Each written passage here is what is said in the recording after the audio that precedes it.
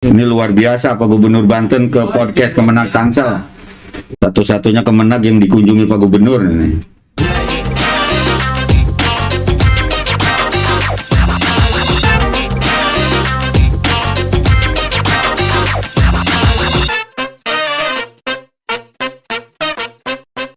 Assalamualaikum warahmatullahi wabarakatuh. Waalaikumsalam warahmatullahi. Kemenak Tangsel kali ini akan kita berbincang-bincang dengan Bapak Dr. K. Haji Abdul Rojak, Kemenak Tangsel. Saya ingin tahu sih sampai hari ini berapa banyak sih kasus perceraian di Tangerang Selatan, karena memang ada masyarakat yang semakin modern, ibu-ibu berperan biasanya suka nyerahin suaminya. Kalau jumlah pernikahan 1 tahun di Tangsel itu Pak Gubernur, itu rata-rata kisaran 7.383. Kalau lagi banyak bener nyampe 8.000 lah. Cuma memang yang memprihatinkan Pak Gubernur, 1 tahun di Tangsel itu yang cerai menurut data di Pengadilan Agama itu kisaran di angka 2.000 sampai 2.500 Pak Gubernur. Jadi sekitar 40-45% Pak Gubernur. Yang nikah 7.000-an, yang cerai itu sekitar 2.000 sampai 2.500 Per itu. tahun? Iya Pak Gubernur. Jadi banyak janda Pak Gubernur sebenarnya. 10 tahun tuh berapa janda udah yang Iya. udah langsung kawin lagi. ribuan begitu, gimana cara anunya, solusinya? Ya solusinya memang setelah kita analisa gitu ada 3 faktor Pak Gubernur. Pertama faktor ekonomi, itu ranking pertama. Jadi ekonomi karena ketidakmampuan memenuhi kebutuhan hidup, ya, gajinya kurang atau keinginan gaya hidup yang tinggi tidak didukung dengan ekonomi yang kuat, akhirnya terjadi konflik, terjadi perceraian tuh Pak Gubernur. Kelas mana sih, dari kelas menengah apa kelas-kelas masyarakat bawah atau kelompok-kelompok ibu rumah tangga yang bekerja? Kalau ekonomi itu memang kebanyakan di pekerja informal Pak Gubernur. Ada juga memang yang kelas menengah juga ada gitu. Tergantung kasus dari yang ada aja itu. Di beberapa daerah kan seperti yang terjadi di Banten lainnya, dulu juga waktu saya wali kota, guru paling banyak ibu-ibu yang menggugat perceraian ketika dia dapat sertifikasi, suaminya kebetulan pendapatnya lebih rendah. Ibu guru itu banyak menggugat suaminya. Begitu juga kasus perceraian yang ada di Banten relatif bukan bersumber karena secara ekonomi, tapi karena merasa ibunya lebih mumpuni, lebih mapan. Bener itu, bener pendapat Pak Gubernur, bener itu. Jadi di Tangsel juga sama Pak Gubernur. Salah satunya yang tinggi itu tingkat perceraian itu dari guru Pak Gubernur, sama. Sini. Iya, itu analisa data dari Pengadilan Agama sebagai institusi yang menangani perceraian, itu guru di Tangsel Guru juga. agama juga. Termasuk Pak Gubernur, termasuk di dalamnya. Jadi sifatnya guru aja. Jadi guru agama juga tidak termasuk istri yang soleha ya. Yang setia begitu. Ini jadi tugasnya Pak Abdul Rojak nih kalau begitu. Siap Pak Gubernur. Kita sudah melakukan langkah-langkah solusi, diantaranya memasifkan bimbingan perkawinan bagi para calon pengantin dan pasca perkawinan Pak Gubernur. Melalui media pengajian, penguatan, manajemen rumah tangga gitu. Jadi antara pra dan pasca sudah kita lakukan Pak Gubernur itu. Apa relatif mereka yang pemahaman agamanya kurang atau memang paham mereka tapi persoalan-persoalan yang membuat mereka mengajukan perceraian? Saya kira sumbernya, saya kira kan tidak hanya semata-mata ekonomi kan. Betul, bukan hanya semata-mata ekonomi Pak Gubernur, betul. Nah, kalau begitu gimana usahanya Pak Kandepak? Kemenak ini usahanya apa? Ya tadi sudah saya bilang, pertama untuk perkawinan kita melakukan bimbingan perkawinan. Jadi setiap calon pengantin yang sudah mendaftar di KUA, kita gembleng, kita berikan bekal, manajemen keluarga, manajemen ekonomi keluarga, ketahanan keluarga gitu. Kemudian pasca menikah pun ya kita lakukan hal yang sama, melakukan penguatan ketahanan keluarga melalui pengajian, melalui berbagai macam keilmuan yang menopang untuk ketahanan keluarga. Jadi sifatnya kita hanya memberikan edukasi, pembinaan, penguatan terhadap kelembagaan keluarga, Pak Gubernur. Ya memang harus dipilah yang mereka bercerai karena alasan ekonomi itu perlu cari jalan tengahnya. Apakah kalau dicerai udah mereka bercerai kan mereka single parents ada beban buat istri untuk kebanyakan juga yang udah usia berapa sih rata-rata istri itu? Ya itu relatif, ada yang di usia perkawinan pemula, ada yang pertengahan, bahkan ada yang sudah perkawinan di atas 20-30 tahun pun suka terjadi, Pak Gubernur. Tapi persentase kecil itu. Iya betul. Yang besar persentase di Persentase yang di pertengahan, Pak Gubernur. artinya mereka Rumah tangga awal yang baru mau menata ke tingkat menengah ke atas, Pak Gubernur. lebih banyak. Iya itu. Ya mereka rata-rata punya anak berapa itu? Ya kisaran kalau di pengadilan agama dari mulai anak 1, 2 gitu, rata-rata gitu. Kalau yang sudah di atas anak 5 itu relatif sedikit, tapi ada terjadi pernah gitu. Tahu saya yang punya anak janda punya anak 1 cukup banyak tuh. Jadi kalau ada 7.000 orang kali 1 anak udah 7.000, 14.000 berarti 14.000. Betul, kalau diakumulasi apalagi sebanten, Pak Gubernur, luar biasa itu. Ya, mereka tapi kebanyakan mereka guru, apa namanya, Pekerja informal juga. karyawan gitu ya. Iya. Gitu. Ya ada juga kelas menengah ke atas, Pak Gubernur, itu ada. Bahkan dari birokrat, ASN juga ada gitu. Kemenag gak memfasilitasi bahwa jangan sampai terlalu lama jadi janda, Pak Kemenag gak ada inisiatif gak fasilitasi untuk cari pasangan dia? Atau Kemenag sendiri ada pikiran kalau untuk meringankan beban mereka dengan menambah jadi istri kedua, jadi istri ketiga, bagi-bagi dengan pegawai Kemenag ya kan? Luar biasa nih gagasan Pak Gubernur nih, memfasilitasi para janda yang ingin dapat pasangan gitu kan. Ya tentu kalau kita Kemenag ya sifatnya hanya memberikan ruang aja Pak Gubernur melalui sarana yang ada gitu kan.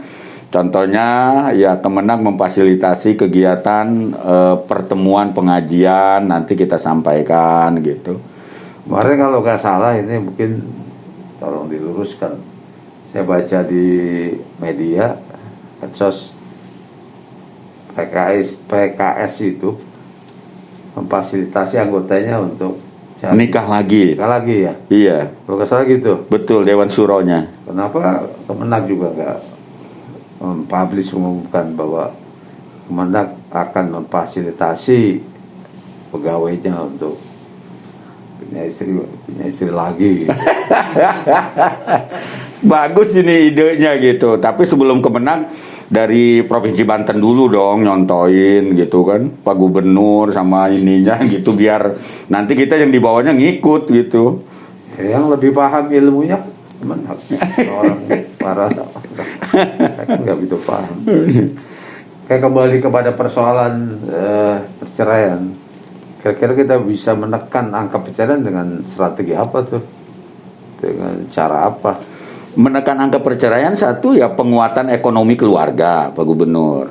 Itu yang paling penting dulu, biasanya karena kasus ya uang, karena kasus kebutuhan yang tidak tercukupi gitu kan. Jadi penguatan ekonomi keluarga artinya si suami dan istri ini harus betul-betul keahliannya, kemampuannya dalam menggali ekonomi, menguasai ekonomi, memiliki ekonomi yang kuat ya. Makanya perlu ada sharing ya. Istri dibolehkan untuk menopang ekonomi keluarga, bekerja dan lain sebagainya. Itu sih. Suami atau istri yang menggugat itu ya, siapa sih? Kalau di Tangsel menurut data pengadilan 75% itu terjadinya perceraian gugatan dari istri, Pak Gubernur. Istri yang menggugat Iya betul. dengan alasan ekonomi. Iya macam-macam, ada alasan ekonomi karena Tapi yang paling alasan. dominan apa yang paling jadi penyebab yang karena ekonomi? Ya sesuai tingkatan, contohnya pekerja informal, Pak Gubernur. Maaf, umpamanya pekerja informal, buruh pabrik, Kalau atau kekerasan dalam rumah pekerja. tangga berapa persen karena akibat KDRT misalnya? Kalau KDRT malah di Tangsel nggak terlalu tinggi Pak Gubernur. Lebih kecil ya? Iya, gitu. Ya itu tadi 3 faktor ekonomi, yang kedua media sosial, faktor penyebab perceraian di Tangsel itu yang banyak, yang ketiga itu itu. menarik juga nih kalau jumlah persen perempuan yang menggugat ya. Iya. Luar biasa perempuan sekarang ya. Berani menggugat suaminya ya. Ya sekarang memang Ya hati jangan KUA kan depan bisa digugat sama istri. jangankan kan Depan, Pak Gubernur sendiri bisa digugat ya. Enggak ada alasan gubernur. Jadi siapapun bisa digugat Pak Gubernur kalau memang dianggap tidak sesuai gitu. Dianggap Tapi nggak bisa dibagi lagi. Bisa kelompok 75% tuh terdiri dari perempuan yang gimana gitu. Misalnya bisa kelompokkan karena profesi, karena mungkin tidak lagi dengan suami, atau mereka memang kaum misalnya bisa bilang aktivis sosial gitu ya. bisa itu masuk kategori itu. Jadi kalau diklasifikasi gugatan dari pihak istri itu kelompoknya dari mulai guru, kemudian yang berprofesi sebagai tenaga medis juga masuk di dalamnya Pak Gubernur, termasuk para ASN, dan yang bawah baru di luar kelompok yang ada pengusaha. Lembaga penasihat perkawinannya udah nggak ada di sini. Masih ada Pak Gubernur, masih terus melakukan tugasnya, melakukan pembinaan. Kita di tiap KUA kecamatan ada Pak Gubernur. Cukup efektif. Ya selama ini sih masih berjalan, cuma kita perlu evaluasi dan perlu kita tingkatkan lagi. Jadi perlu dicari kelembagaannya yang membuat orang mau diskusi, mau curhat tentang keluarga itu nyaman Pak Gubernur. Apa karena kawin muda juga jadi penyebab salah satunya Ada juga, tapi presentasinya sedikit ya. dibanding Karena di Tangsel itu kawin nikah muda masih 0% Pak Gubernur. Paling di KUA setahun tuh ada 2, ada 1, itu juga harus ada izin dari pengadilan agama kan Pak Gubernur. bukan karena penyebab perbedaan suku atau apa dia Enggak, kalau perbedaan suku udah selesai, itu relatif tidak karena masalah. ada masalah gitu. Tapi kalau kita lihat dari trennya perempuan yang menggugat, bisa jadi karena perempuan mungkin merasa lebih menghidupi suaminya gitu. Iya, Mungkin. karena merasa dia memiliki Mampu. kemampuan ekonomi, bisa mandiri segala. Itu bisa masuk di sana Pak Gubernur. Masuk kelompok-kelompok itu. Ya. Memang terjadi perubahan juga sih di masyarakat. Seperti dulu usia 50 tahun janda-janda yang udah tua itu kalau mau jadi istri dikawinkan mau jadi istri mau nikah lagi, karena mereka nggak mau. Mereka bilang daripada nikah lagi ngurusi suami yang udah tua juga, ngurutin, pijitin setiap waktu, yang penting jaga nikah. Dia lebih senang malah dagang nasi uduk, dia juga lebih senang dagang bikin minyak kelapa. Betul. Gitu. Jadi penghasilan dia lebih besar daripada dia Menikah lagi. sama pensiunan kandepak gitu misalnya. Ya, gajinya sudah Habis. Dia bilang paling saya dikasih 1 juta sebulan mau pensiunan itu. Padahal kebutuhannya lebih gitu. Bukan soal kebutuhannya lebih.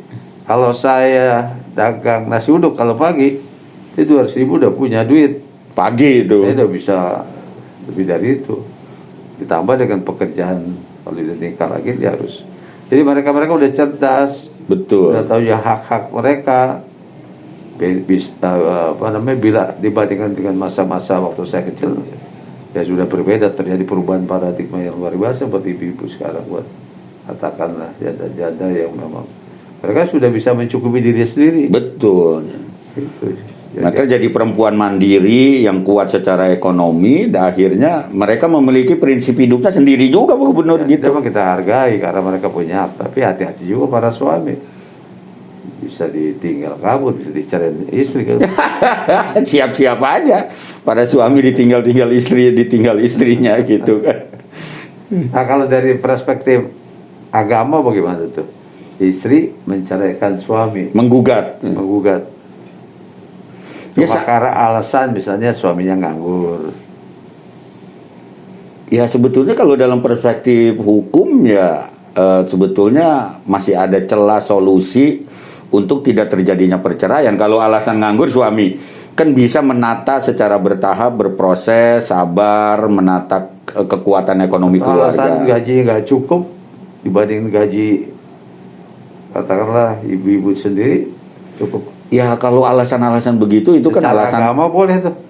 Ya enggak lah tentu, karena kan itu bisa diselesaikan, bisa dicarikan solusi gitu kan. Itu kan karena faktor emosional, nggak sabaran, pengen cepet semua terpenuhi, pengen cepet semua lengkap gitu Pak Gubernur. Jadi perempuan sekarang nggak sabaran. Itu salah satunya. Ingin cepet segala-galanya ada gitu Pak Gubernur. Padahal kan nggak bisa begitu. Membangun ekonomi ketahanan keluarga kan perlu proses, perlu Pengen waktu. cepat kaya begitu ya. Pengen cepet kaya, pengen cepet punya mobil, pengen cepet semua terpenuhi. Bisa jadi suami jadi koruptor itu bisa. Iya, salah satu faktornya bisa saja kalau dia seorang ASN atau di pemerintahan gitu. Luar biasa ini, si waspada. Di sementara kan berdasarkan data statistik itu jumlah perempuan Lebih banyak. jumlah laki-laki, Betul, termasuk Tangerang Selatan. termasuk Tangerang Selatan. Jumlah pemilih perempuan lebih banyak. Nah, apa yang terjadi kalau seperti kasus seperti ini? Artinya demokrasi peran perempuan lebih banyak karena dia bisa menentukan itu Arah menentukan, gitu. ya, arah demokrasinya, pemimpinnya luar biasa. Makanya sekarang juga hasil saya coba penelitian bahwa rata-rata di sekolah itu yang ranking 10 besar itu perempuan, Betul. 11-12 baru. Nah, heran juga saya mewakili kaum laki-laki bisa kalah begitu dengan perempuan yang semakin semakin terampil, semakin cerdas. Dan saya kira sih sesuatu yang harus kita syukuri juga. Cuma yang problem simptomatiknya sekarang adalah bagaimana melakukan pendekatan terhadap mereka-mereka yang mungkin terpuruk akibat diceraikan atau menceraikan suaminya. Oke, saya kira menarik ini.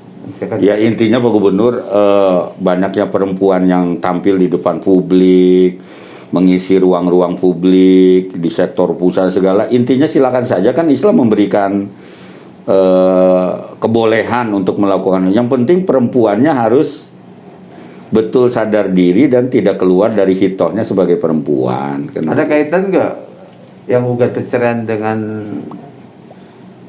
tradisi keagamaan atau kehidupan mereka dalam keseharian, misalnya mereka yang pakai jilbab, pakai baju sesuai keseharian Islam, tapi dia gugat suaminya, belum bisa kita identifikasi ya. Belum sampai ke sana, tapi dengan data jumlah presentasi bahwa gugatan cerai dari perempuan itu tinggi, itu menandakan bahwa ada tren bahwa perempuan sekarang tuh lebih berani, lebih tegas dalam mengitukan. Berani dalam arti hak dia. Iya, seandainya dia Bukan tidak berani buka baju gitu. Ya bukan, kalau itu lain lagi Pak Gubernur, kalau berani buka baju mah.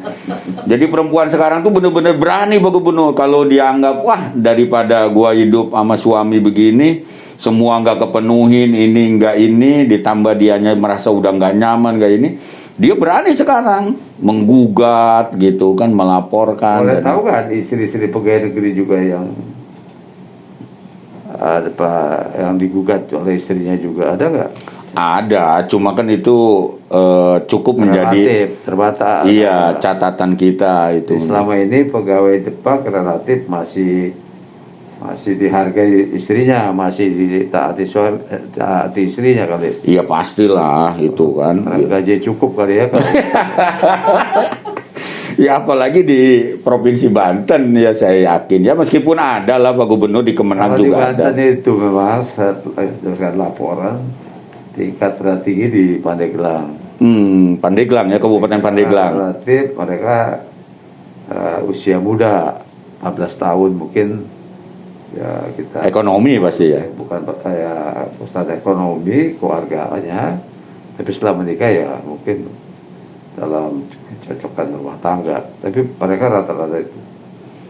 Dan di beberapa daerah juga cukup tinggi, apalagi ada pengaruh juga karena COVID ini. COVID itu trennya juga naik.